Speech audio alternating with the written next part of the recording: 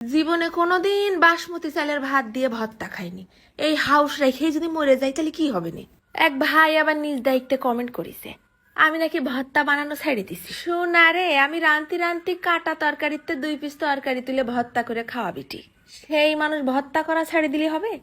সকালতে house লাগতেছে চটকায় 1 হাঁড়ি ভাত খাবো ভর্তা দিয়ে, টান টান ঝালের পাশাপাশি যার মধ্যে থাকবে নানান রকমের স্বাদ। তাই আর কি বেগুন একটা কাইটে পিস পিস করে নুন হলুদ মাখাই নিছি, আর একটুখানি 1 কাপ মুসুরির ডাল ভালো করে কসলায় ধুয়ে গরম পানি দিয়ে সিদ্ধ বসাই দিছি। হতি লাগুক। ফ্রিজ হাতায় দেখলাম 4-5টা শুটকি পড়ে রয়েছে, নষ্ট হয়ে যাবে না। তোমরা চাইলে যে কোনো শুটকি নিতে পারো। ছোট্ট ছোট্ট করে কাইটে বাইছে নিচ্ছি, তার ভিতরে দিয়ে দিলাম টক বগের টাটকা গরম পানি, দিয়ে রেখে দেবো প্রায় 10 মিনিট। 10 মিনিট ধরে গরম পানিতে চুবনি দিয়ে আর ঠেলাই শুটকি মাছ গেছে অর্ধেক সিদ্ধ হয়ে। হালকা করে টিপ মারলেই আসতেছে খুলে। ওধারে সে ডালটাও সিদ্ধ হয়ে গেছে, তুলে রেখে দেই এক পাশে। তারপরে আবার কড়াইয়ের মধ্যে দিয়ে দিলাম একটুখানি সর্ষের তেল।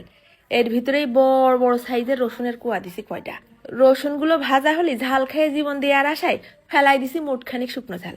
সবগুলো ভাইজে তুলে রেখে দিয়ে দিলাম শুটকি মাছ। ভাজতে ভাজতে শুটকির যে কি একটা ঘিরান। তুলে রেখে শেষমেশ দিয়ে দিলাম বেগুন, এটাও সুন্দর করে এপিট ওপিট লাল লাল করে ভেজে নেই। বাবারে, আমারও অ্যালার্জি শুরু হয়ে গেছে। বেগুন দেখলেই এখন গা চুলকায়। এখনই হবে সেই আসল খেলা শুরু। নুন দিয়ে আগে শুকনো ঝালগুলো ভেঙে নেই, তার মধ্যেই ফেলাই দিলাম ভাজা লইটটা। হাত দিয়েই যতটা ভেঙে দেওয়া যায়, আবার কয়টা আস্তে আস্তে থাকবে দাঁতের নিচে পড়বে। ওফ। এরপর রসুনের কুয়াগুলো সুন্দর করে ডলে নিয়ে ফেলাই দিলাম সিদ্ধ ডাল।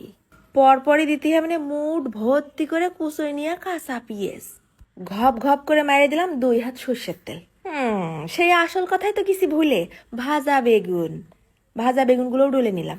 ডলা ডলের সমস্ত কাজ শেষ। এইবার দিয়ে দেবো 1 পিস লেবুর রস, একটু টক টক ভাব হবে না।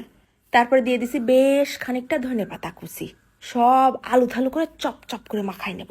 দেখছো কালার, দেখছো? খাবো কি মনে হচ্ছে 2 গালে মাখি। ও ভাত দেখিস, মনে আছে নুডলস ভাঙিয়ে সিদ্ধ করে আনিছি। একটু একটু ভর্তা নিয়ে গরম গরম বাসমতি চালের ভাতের উপরে রাখলি ভর্তার সাথে ভাতগুলো জড়াই যাচ্ছে। যেই রকম ঝাল সেই রকম মজা।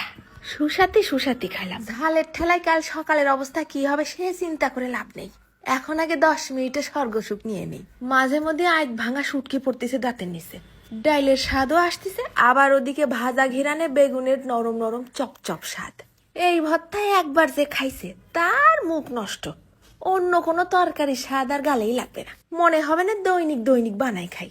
ভাত মাখাই গালে তুলে দিলি গাল ভরে যাচ্ছে পানিতে, এত স্বাদ। প্রতিদিন একবেলা ভর্তা দিয়ে ভাত না খালি মনে হয় রোজা রয়েছে, কিচ্ছু খাইনি। খিদা খিদা আমার মতন সেই লেভেলের ভর্তা পছন্দ করো জলদি করে কিন্তু কমেন্ট করে টুকুস করে একটু লিখে যায় না। বাসমতি চালের ভাত দিয়ে ভর্তা যে এত মজা আগে জানতাম না, আগে কেন খাইনি। আরে এরকম করে একটু ভর্তা বানায় না খালি কিন্তু বিরাট বড় মিস করে ফেলবানি।